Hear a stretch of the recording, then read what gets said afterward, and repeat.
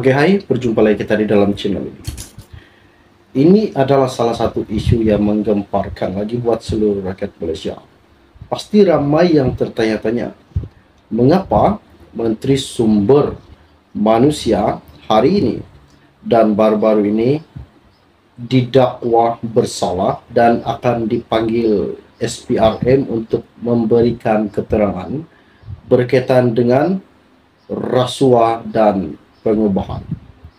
Seperti yang dikatakan, pada 13 April, seorang pembantu kepada Siva Kumar telah ditahan bersama seorang ejen pengambilan oleh SPRM kerana telah didakwa atas kuota untuk mengambil pekerja asing yang merupakan bidang kuasa Kementerian Sumber Manusia.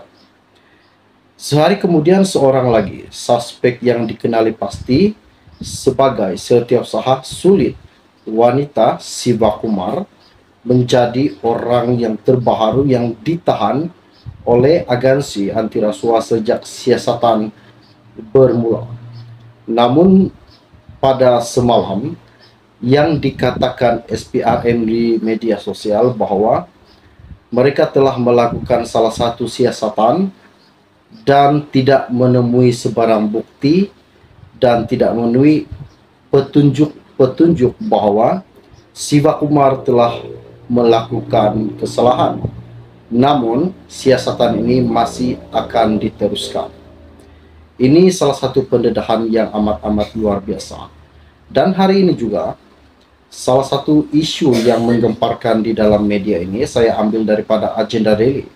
Namun sebelum itu, sebelum saya meneruskan isu yang menggemparkan ini buat Anda semua, mohon kiranya pertimbangkan, tolong tekan butang subscribe dan tolong sharekan video ini. Kita kembangkan channel ini. Terima kasih semua. Di dalam media ini berkata, SPRM ambil keterangan kedua menteri DAP untuk laporan yang seterusnya. Suruhanjaya Pencegahan Rasuah Malaysia SPRM dilaporkan mengambil kenyataan kedua daripada Menteri Sumber Manusia Kerajaan Pakatan Harapan Barisan Nasional daripada DAP V. Siva Kumar setelah dua pembantunya ditahan baru-baru ini. Putusan memetik sumber sebagai berkata kenyataan tambahan melibatkan siasatan terhadap jutaan ringgit yang didakwa dibayar untuk mendapatkan kontrak kerajaan berkaitan kota pekerja asing.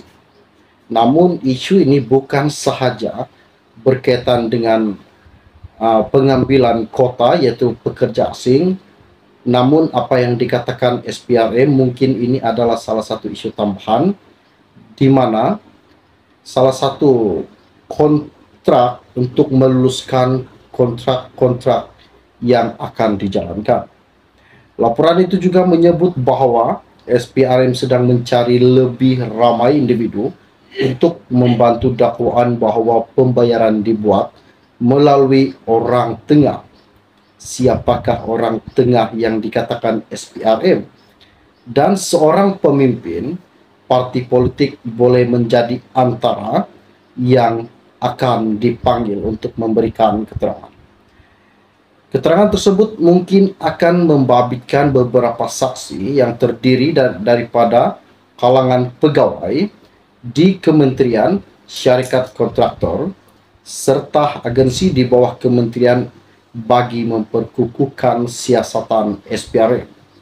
Mungkin juga akan ada pemimpin sebuah parti politik yang menjaga kewangan parti yang dikaitkan dengan menteri juga akan dipanggil, namun ia bergantung kepada siasatan selepas ia dipanggil SPRM, beliau dipanggil SPRM.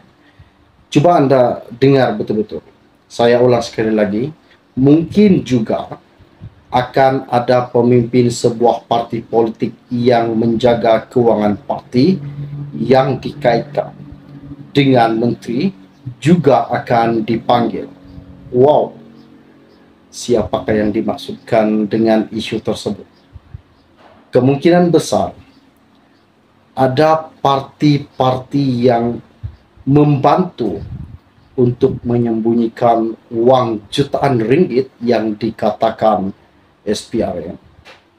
Adakah Siva Kumar ini memang benar-benar terlibat dalam kes penyelewengan dan pengubahan? Jika memang benar, adakah Siva Kumar ini memang patut dipenjarakan ataupun ada tindakan yang lain yang harus diberikan kepada beliau? Akhbar itu tidak melaporkan nama menteri berkenaan, tetapi Siva Kumar mengesahkan kepada pemberita bahawa kenyataannya telah direkodkan di pejabat SPRM pada 16 April lalu. Walaupun menafikan bahawa dia adalah suspek dalam siasatan yang sedang dijalankan SPRM. SPRM sebelum ini dilaporkan telah menggeledah pejabat dan rumah menteri sebagai sebahagian daripada siasatan ke atas dakwaan rasuah seorang ahli perniagaan yang ditahan bersama dua pembantu Siva Kumar. Namun laporan SPRM tidak menemui sebarang bukti yang diperlukan untuk diberikan keterangan. Tidak ada bukti yang dijumpa SPRM baru-baru ini. Seperti yang saya katakan sebentar tadi, pada 13 April lalu, seorang pembantu kepada Siva Kumar telah ditahan bersama seorang ejen dan SPRM telah pun mengatakan dan mendakwa bahawa kota untuk mengambil pekerja asing yang merupakan bidang kuasa Kementerian Sumber Manusia ini telah dilakukan mereka. Sehari kemudian, seorang lagi suspek yang dikenali pasti sebagai setiausaha sulit wanita Siva Kumar menjadi orang terbaru yang ditahan oleh agensi anti rasuah sejak siasatan bermula. Ini susulan pengendalian di pejabat dan kediaman menteri berkenaan sebelum ini tidak menemukan uang yang dikatakan SPRM berjuta-juta ringgit ataupun bukti uang tersebut diterima menteri berkenaan. Pada 16 April lalu, laporan menyebut bahawa Siva Kumar disiasat SPRM berhubung dakwaan menerima uang bernilai jutaan ringgit menerusi orang tengah sebagai jaminan meneruskan kontrak-kontrak kerajaan terhadap individu tertentu. Bukan sahaja berkaitan dengan kota pekerja asing, namun di sini mengatakan juga bahawa jutaan ringgit yang dikatakan telah diberikan kepada orang tengah mungkin ada kena mengena dengan kontrak-kontrak kerajaan terhadap individu yang tertentu. Ahli Parlimen DAP hadir ke SPRM bagi menjelaskan dakwaan beliau telah menerima uang secara tunai oleh seorang ahli perniagaan yang juga ditahan SPRM bersama dua pegawai kanannya Siva Kumar. Sesi rakaman keterangan itu juga dipercayai berlangsung selama lebih 9 jam dan serentak itu SPRM turut dikatakan menggeledah pejabat dan rumah menteri terbabit bagi menjejaki uang yang didakwa diperolehi beliau. Namun, apa yang dikatakan SPRM tidak ada sebarang bukti ataupun uang yang ditemui di pejabat maupun di kediaman menteri tersebut. Ini sangat mengejutkan dan ini adalah salah satu pendedahan yang amat-amat luar biasa. Jika memang betul apa yang dikatakan SPRM ini yang didedahkan di dalam media, apakah tindakan yang harus dikenakan kepada Menteri Sumber Manusia tersebut? Ini bukan saja berkaitan dengan kota pekerja asing, namun ini ada kena mengena juga dengan kontrak-kontrak yang diteruskan. Adakah ini salah satu rasuah yang amat-amat luar biasa? Seperti mana yang telah didedahkan Anwar Ibrahim berkaitan dengan program Jana Wibawa yang telah didakwa bahawa Muhyiddin dan Wan Saiful turut terlibat dalam program Jana Wibawa.